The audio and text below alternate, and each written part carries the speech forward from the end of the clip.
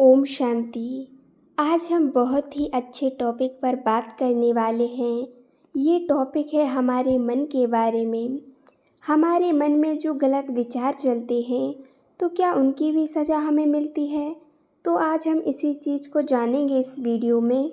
तो वीडियो को अंत तक ज़रूर देखें। हमारे मन में जो विचार चलते हैं किसी के व्यवहार को देख कर के, परिवार में या किसी मित्र को, रिलेशन में किसी के भी व्यवहार को देख कर के जो हमारे साथ गलत व्यवहार करते हैं, अच्छा व्यवहार नहीं करते, जब हम उनके व्यवहार को देखते हैं तो जब हमारे मन में विचार चलते हैं, जो हमारे गलत विचार चलते हैं, क्या हमें उसकी सज़ा मिलती है?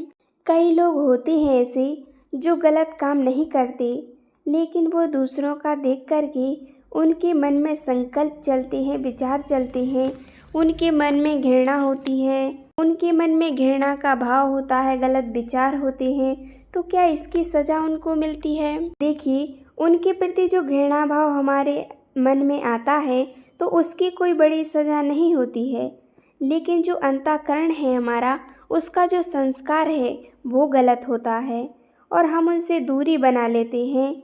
ये अच्छा है कि हम उनके संपर्क में नहीं आते हैं, लेकिन हमें परमात्मा से, उस ईश्वर से उनके लिए अच्छा सोचना है, उनके लिए प्रार्थना करनी है, उनका भला सोचना है, ना कि उनके प्रति गलत व्यवहार करना है, गलत विचार लाने हैं, ना उनके साथ हमें गलत करना है। उनके भले के लिए हमें भगवान से प्रार्थना करनी है, तो उनके प्रति हमें परमात्मा से प्रार्थना करनी है, ना कि उनके प्रति हमें गलत भाव रखना है। ये सही नहीं है। अंतःकरण को सुरक्षित रखने के लिए हमें भगवान से कहना है, उनके लिए ईश्वर से प्रार्थना करनी है कि हे ईश्वर, जैसे हमारे ऊपर आपने कृपा दृष्टि रखी है, हमारी बुद्धि को आप पवित्र करते हैं, ऐसे ही हमारे जो मित्र संबंधी हैं, रिलेशन में हैं, इनको भी आप सद्बुद्धि प्रदान करें, इनको भी वरदान दें। ऐसी हमें ईश्वर से प्रार्थना करनी है। उनके प्रति जो हमारी नकारात्मक सोच होती है, जो हमारी सोच बनती जाती है, गंदे विचार आते हैं, गंदे आचरण करते हैं, ऐसे दंड पाएंगे, ऐसे नहीं करना है। हे प्रभु, हे परमात्मा, उनकी ये भूल है और इनकी भी बुद्धि को आप शुद्ध कर दो। ये आपको पहचान सके, ये आपसे मिल सके, ये आपके दिखाए हुए मार्ग पर चल सकें, ये सद्मार्ग पर चल सकें, इनकी बुद्धि को ऐसा बनाओ। ये हमें प्रार्थना उस ईश्वर से करनी है, तो आपका हृदय अपने आप और महान बनने लगेगा। और जब हम नकारात्मक सोच हमारे अंदर चलती रहती है तो हमारे अंदर नकारात्मकता आती है, हमारे अंदर फिर हमेशा नकारात्मकता पैदा होने लगती है। फिर अच्छे लोगों में भी दोष देखने लगते हैं हम, क्योंकि नकारात्मक सोच की और नकारात्मक देखने की आदत फिर हमारी ये गलत आदत बनती जाती है और वो खतरनाक हो जाती है। आज नकारात्मक क्रिया नहीं हो रही है, लेकिन हम सिर्फ नकारात्मक सोच रहे हैं, लेकिन एक दिन वो बदल जाएगी। वो अपने आप अभिमान आने लगेगा और सामने वालों में दोष दिखने लगेगा, वो दोषी ठहराया जाएगा। जो हमारा मन पवित्र था वो गिरने लगेगा, वो धीरे धीरे अपवित्र बन जाएगा। हमें जो भगवान ने राह दिखाई है, पवित्र बुद्धि दी है, उसको और पवित्र बनाना है। हमें जहाँ दिखाई दे रहा है कि ये गलत हैं, गलत व्यवहार करते हैं, ये सही नहीं है, तो उनसे हमें मित्रता नहीं रखनी है, उनके साथ हमें नहीं रहना है, लेकिन हमें उस ईश्वर से उनके लिए प्रार्थना करनी है कि ईश्वर उनकी बुद्धि को सही बनाए, शुद्ध बनाए, पवित्र बनाए, उन्हें सही राह दिखाएं, सही मार्ग पर चलाएं। और हमें उनके विषय में ज़्यादा नहीं सोचना है।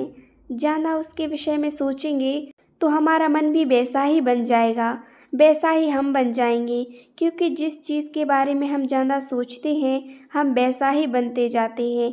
उसका प्रभाव हमारे ऊपर बहुत ज़्यादा पड़ता है। हमारी जैसी सोच होती है हम वैसे बन जाते हैं। सोच का प्रभाव हमारे ऊपर बहुत जल्दी पड़ता है। हम गंदी बातों का, गंदे विचारों का, गंदे लोगों का यदि हम उनके बारे में सोचते हैं, भले हम गंदा कार्य ना करें, लेकिन हमारी बुद्धि वहाँ पहुँच रही है, हमारे संकल्प चल रहे हैं, हम उसका चिंतन कर रहे हैं, गंदी बुराइयों का, विचारों का वो संकल्प हमारे अंदर चलते हैं। भले हम गंदी चीज़ें ना करें, लेकिन हम उसके बारे में संकल्प चला रहे हैं, तो फिर वो हमारे अंदर वो संस्कार अपने आप आने लगते हैं। इसीलिए हमें उनके बारे में ज़्यादा नहीं सोचना है, सिर्फ उस ईश्वर से उनके सुधारने के लिए प्रार्थना करनी है। और जब हम इसका चिंतन करते हैं तो धीरे धीरे वो चीज़ हमारी क्रिया में बदलने लगती है। इसीलिए हमें उसका चिंतन नहीं करना है। जो जैसे कर्म करता है वो वैसा पाता है। जो जैसा कर्म करेगा उसको उसका फल ज़रूर भोगना पड़ेगा। इसीलिए उनके लिए शुभ भावना रखिए, शुभ संकल्प रखिए, उनके बारे में ज़्यादा मत सोचिए।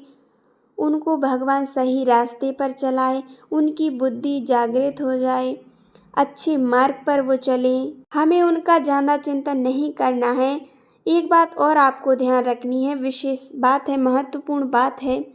यदि आप कहीं भी बैठें, भले आप गंदी जगह पर बैठे हैं, भले हम गंदा कार्य नहीं कर रहे हैं, गंदे कार्य हम नहीं करते, लेकिन जब हमारे संकल्प गंदे विचारों पर चलते हैं, जब हम उनका चिंतन करते हैं, गंदी बुराइयों का, गंदे विचार हमारे अंदर आते हैं, तो भले आज हम गंदे काम नहीं करते, भले हम गंदे कार्य नहीं कर रहे हैं, लेकिन हम जो संकल्प हमारे अंदर चल रहे हैं उनसे बहुत हमारे ऊपर प्रभाव पड़ता है। हम कहाँ बैठते हैं, कहाँ जाते हैं, क्या हमारे अंदर संकल्प है, उससे हमारी वृत्ति भी धीरे धीरे चेंज होने लगती है और धीरे धीरे फिर वो चीज़ एक दिन क्रिया में आने लगती है, वो हमारे अंदर क्रिया उत्पन्न होने लगती है।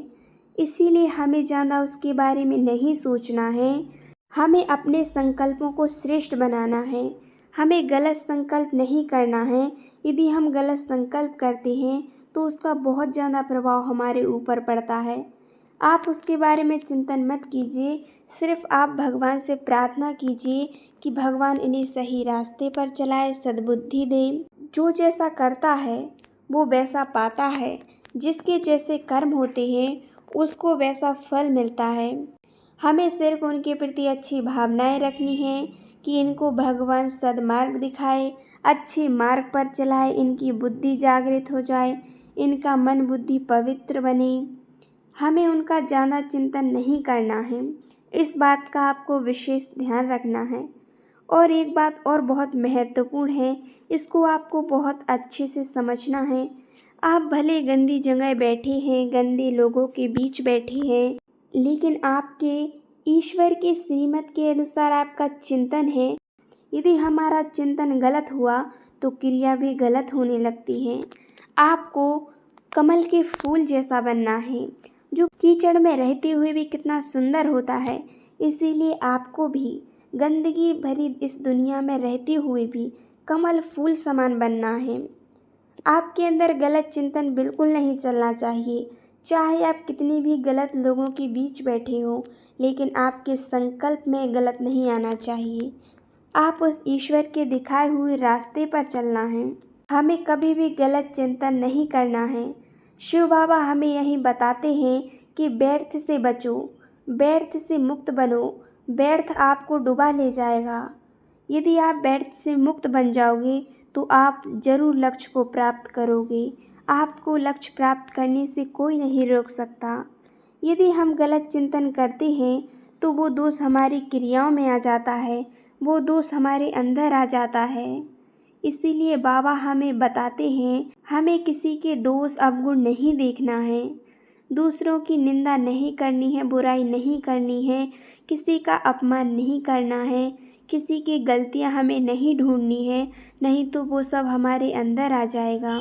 जो मानसिक स्वभाव में बात आती है, वो जो हमारे मन में बात आई है गलत, वो धीरे धीरे हमारी क्रियाओं में आने लगती है। इसीलिए हमें किसी भी गलत चीज़ की या व्यर्थ का चिंतन हमें कभी नहीं करना है।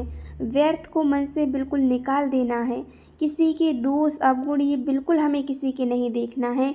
चाहे मित्र संबंधी हो, परिवार में हो, रिलेशन में हो, कोई भी हो, हमें किसी का भी गलत नहीं देखना है। अगर आपको ऐसा लगता है कि ये गलत है तो हमें सिर्फ उस ईश्वर से प्रार्थना करनी है, उनके लिए अच्छा सोचना है, लेकिन हमें मन में उनके दोष गलतियाँ ये सब नहीं गिननी है। यही हमें परमात्मा सिखाते हैं, यही उनका मार्ग है। परमात्मा हमें सही मार्ग पर चलना सिखाते हैं। इसीलिए कभी किसी की बुराइयां ना गिनें, किसी के दोष ना देखें।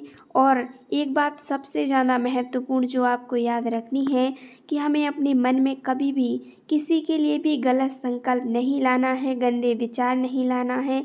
ये बहुत बड़ी चीज़ है, इसे आपको समझना है और ईश्वर को याद करना है, परमात्मा को याद करना है, मेडिटेशन करना है, हमेशा दूसरों को खुश करना है, खुश रहना है। ओम शांति, ओम शांति, ओम शांति।